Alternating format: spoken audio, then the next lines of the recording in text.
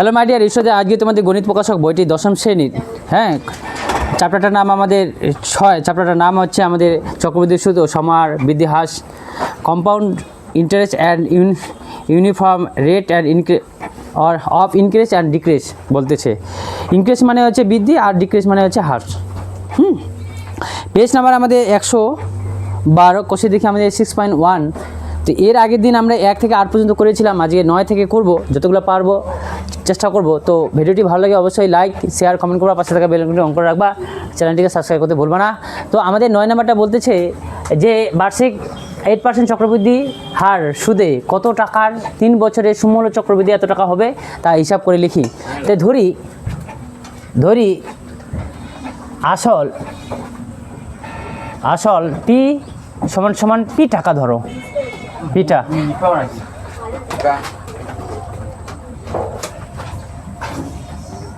বার্ষিক সুদের হারটা আমাদের কত রয়েছে? 8% হলো। সময়টা কত বলছে? সময়টা আমাদের এনটা বলেছি আমাদের 3 বছর। আমরা জানি সমূল চক্রবৃদ্ধি A P 1 plus R by 100 N. P এর মান আমাদের নাই 1, আর এর মান আমাদের 8%, 100, এন এর মান আমাদের 3। এবার শর্তানুসারে এটা আমাদের পি 1 প্লাস 8/100 3 কিউব, আর আমার সমূল চক্রবৃদ্ধিটা বলছে 1492 ইন্টু 80 বা পি। এবার 100 প্লাস 8/100 কিউব, 100 গুণ করলাম, 8টা যোগ করলাম, আর এখানে 3149280 বা এখানটায় আমাদের পি 108 কিউব 3149280, দশমিকের জন্য 1, দশমিক বা 2 করে যেহেতু 0 হয়ে গেল,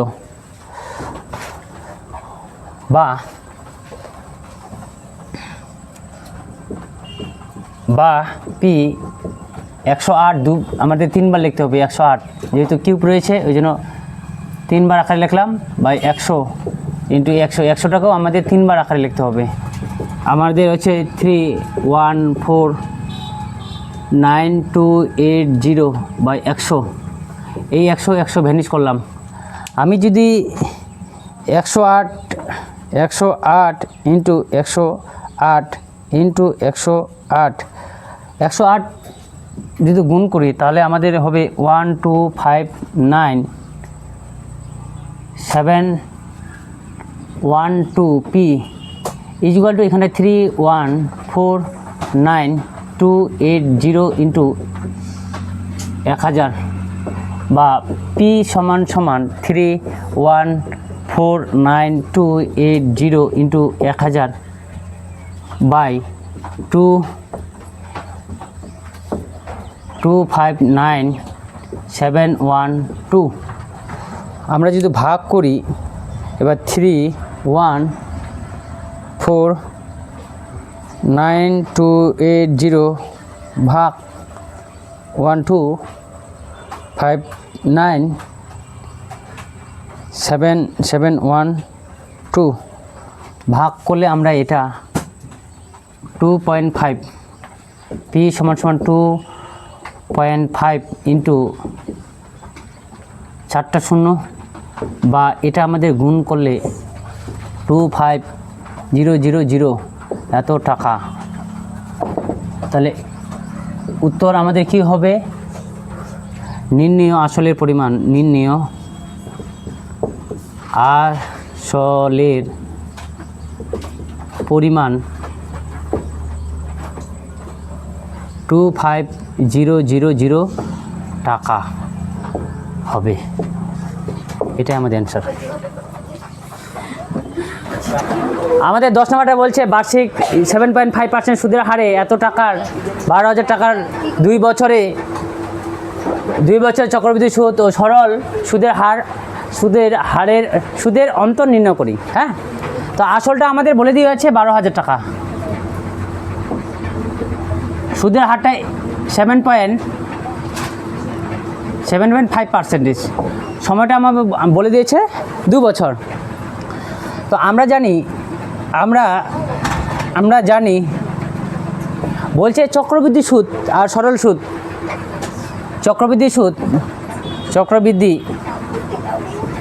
সুদ equal to P 1 + r/100 n P এর মান আমাদের 12,000 টাকা ইন্টু 1, আর এর মান আমাদের 7.5, 100 n, এটা 12,000, এটা n এর মানটা আমাদের 2। হ্যাঁ, 12,000 ইন্টু 100 + 7.5/100 n স্কোয়ার 12,000। তাহলে আমাদের 12,000 ইন্টু 107.5 100 তার স্কোয়ার মাইনাস 12,000 ইন্টু 107.5, দুবার করে লিখবো, 107.5 100 ইন্টু 100 আর 12,000। এই কাটলাম। তাহলে উপরে আমি যদি 107.5 ইন্টু 107.5 ইন্টু 12 যদি করি, তাহলে উপরেটাতে আমার হবে 38675/10, 12,000।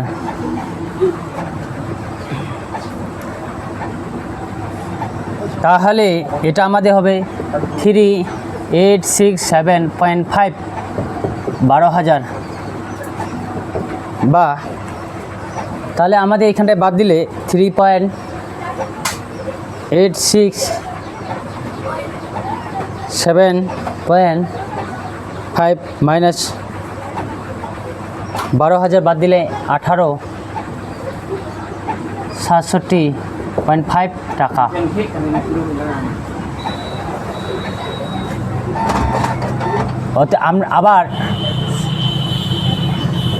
আমরা জানি সরল সুদ সমান PTR/100। পি এর মান হচ্ছে 12,000, টি এর মান আমাদের 2, আর এর মান 7.5/100। তাহলে আমাদের এটা গুণ করলে আমাদের 120 ইন্টু 2 ইন্টু 7.5, তাহলে এটা হবে 1800 টাকা। তাহলে 2 বছরের চক্রবৃদ্ধি সুদ, উত্তর লেখো, 2 বছরে চক্রবৃদ্ধি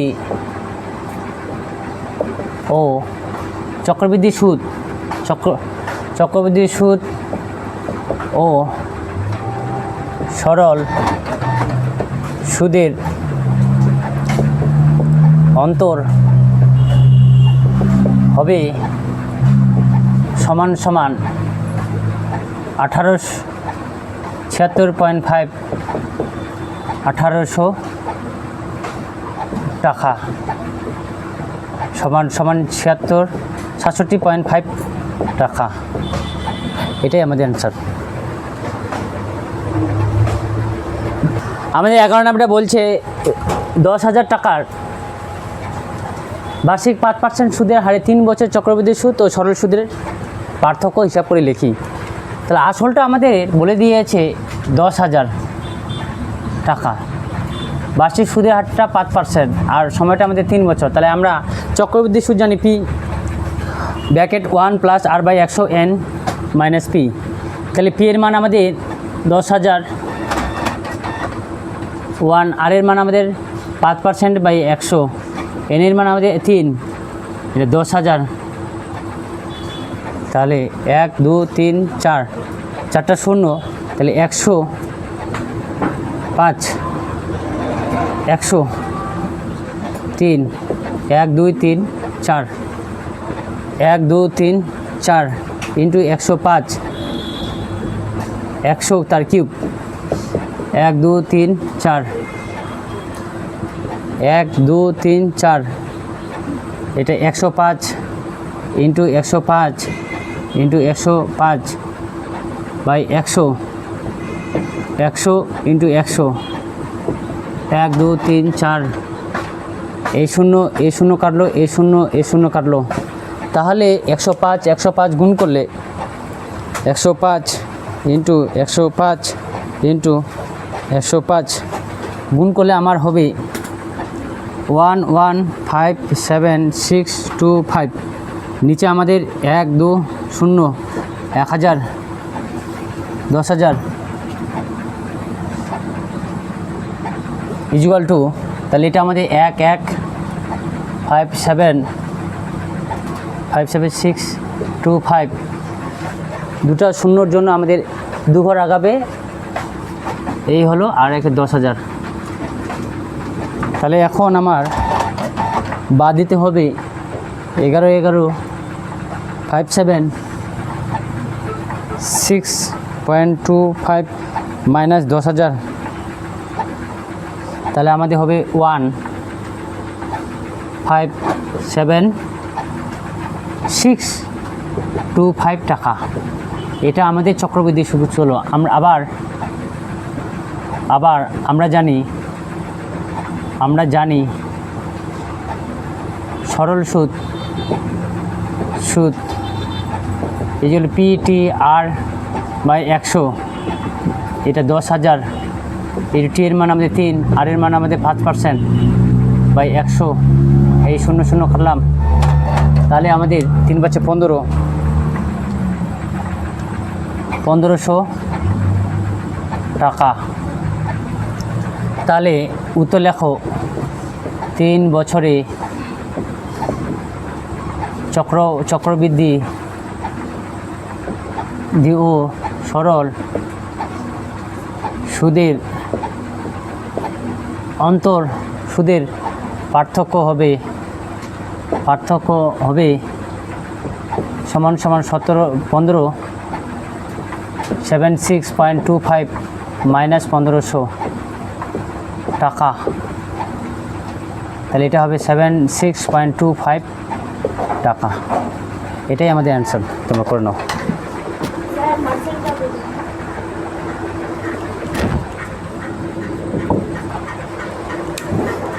বলছে বার্ষিক 9% সুদের হারে কিছু টাকা 2 বছর চক্রবৃদ্ধি সুদ ও সরল সুদের অন্তর এত টাকা হলে ওই টাকার পরিমাণ হিসাব করে লিখি। তো তাহলে ধরি আসলটা আমাদের দেওয়া নাই, আসল সমান কি টাকা ধরি। বার্ষিক সুদের হার সমান 9, আরটা আমাদের কত বলা আছে, এই হলো 9%। সময় আমাদের বলে দেওয়া আছে, সময় আছে বলে দেওয়া আছে 2 বছর। তাহলে আমরা জানি চক্রবৃদ্ধি সুদ, আমরা জানি যে চক্রবৃদ্ধি সুদ কি জানি, P1R + 100 NP, এটা আমাদের চক্রবৃদ্ধি সুদ। হ্যাঁ, এবার P এর মান আমাদের নাই 1, আর এর মান আমাদের 9, 100, N এর মান আমাদের 2, P। তাহলে P এটা 100 + 9 বাই 100 তার স্কোয়ার P। হ্যাঁ, P ইন্টু 109 বাই 100 তার square P into 109 into 109 by 100 into 100, দুবার আছে যেহেতু সেজন্য দুবার করে লিখলাম। তাহলে 109 ইন্টু 109, তাহলে কত হয় 11881 পি বাই 10,000 ইকুয়াল টু, তাহলে 111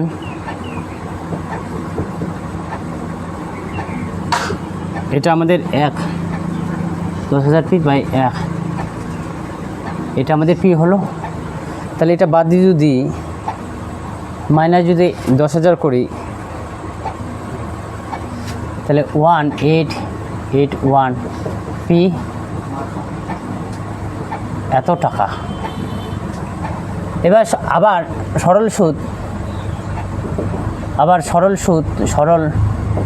সুদ সমান সমান P T R by 100, P এর মান নাই, টি এর মান 2, আর এর মান আমাদের 9 বাই 100,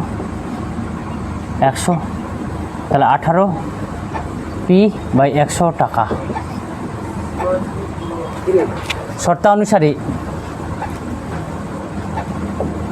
শর্তানুসারে সরল সুদ আর চক্রবৃদ্ধি সুদের অন্তরটা আমাদের, এটা আমাদের চক্রবৃদ্ধি সুদ, এটা আমাদের সরল সুদ, এটার অন্তরটা কী হবে যে A181 P by 18 P by 100 equal to আমাদের এটার অন্তরটা বলে দেওয়া আছে আমাদের 29.60। এখান থেকে পি এর মান বের করবো 18 1881 পি, এটা আমাদের 1000ই হবে, 10,000 হবে, আর একটা শূন্য হবে রে, 4টা শূন্য, তাহলে আমাদের এখানটায় 1800 পি আর এটা 29.60, এই দশমিকের জন্য একটা 1 আর দশমিকের পর যেহেতু 2 ঘর আছে, 0 0 কেটে গেল, এই 0। তাহলে এখানটায় 81 পি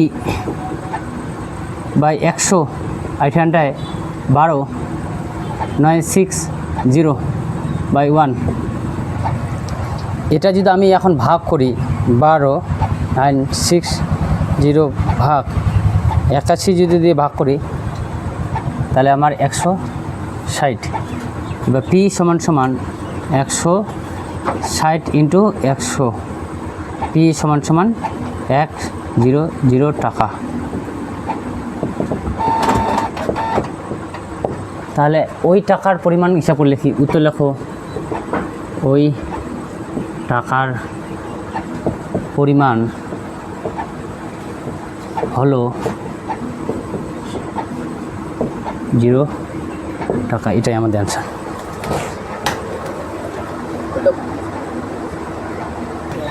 আমাদের 13 নম্বরটা রয়েছে বার্ষিক 10% সুদের হারে 3 বছরের চক্রবৃদ্ধি সুদ ও সরল সুদের অন্তরটা বলে দিচ্ছে 930 টাকা, হলে ওই টাকার পরিমাণ হিসাব করে লিখি। তাহলে ধরি আসলটা আমাদের পি, সুদের হারটা আমাদের 10%, আর সময়টা আমাদের 3 বছর। আমরা চক্রবৃদ্ধি সুদ জানি, তাহলে পি সমান P into 1 plus R by 100 N minus P, তাহলে পি এর মান নাই, পি এর মান নাই, আর এর মান আমাদের 10 বাই 100, এন এর মান 3 আর পি হলো পি, এই 0 কাটলাম, তাহলে এখানে 1 প্লাস 1 বাই 10 কিউব পি, তাহলে পি 10 প্লাস 1 10 তার কিউব পি, তাহলে পি 11 10 তার কিউব পি। হ্যাঁ, পি সমান সমান 11 3বার লিখতে হবে, 11 10 ইন্টু 10 ইন্টু 10 পি। হ্যাঁ, তাহলে পি এর মানটা আমাদের কত, এখানটায় 1 3 3 1 পি, 11 11 গুণ করলে নিচে আমাদের 1 পি, 3 1 3 1 পি, 1000 পি বাই 1000, তাহলে আমার 3 3 1 পি বাই 1000, এটা আমাদের টাকা, এটা আমাদের চক্রবৃদ্ধি সুদটা হলো। এটা এইগুলা গুণ করলে আমাদের 1 3 3 1 পি হবে, আর নিচে এটা গুণ করলে আমাদের 1000 হবে, তাহলে এটা আমাদের 1000 পি হয়ে যাবে। আর 1331 থেকে 1000 বাদ দিলে আমাদের 331 পি হবে, এটা আমাদের হচ্ছে চক্রবৃদ্ধি সুদ। আবার সরল সুদ সরল সুদ কি জানি আমরা PTR বাই 100। পি এর মান নাই, টি এর মান আমাদের 3, আর এর মান আমাদের 10/100। তাহলে এই 0 কাটলাম, তাহলে 3p/10, এটা আমাদের সরল সুদ। তাহলে শর্তানুসারে আমাদের চক্রবৃদ্ধি সুদ আর সরল সুদের অন্তরটা কত দেওয়া আছে? এটা আমাদের চক্রবৃদ্ধি সুদ, এটা আমাদের সরল সুদ, আর এটা 930 দেওয়া আছে। বা এটা লসাগু করলে 1000 হবে, 331p, আর এটা আমাদের 300p হবে, 930। এটা দিয়ে ভাগ করলে আমাদের 100 পাবো, 100-র সঙ্গে যদি 3p গুণ করি তাহলে 300p হবে।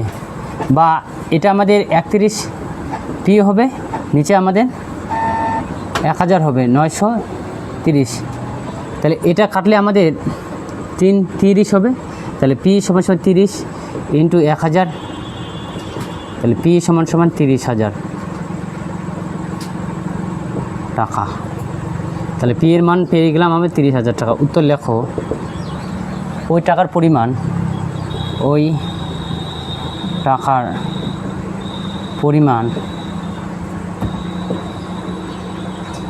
30,000 টাকা হবে। এটাই আমাদের অ্যান্সার।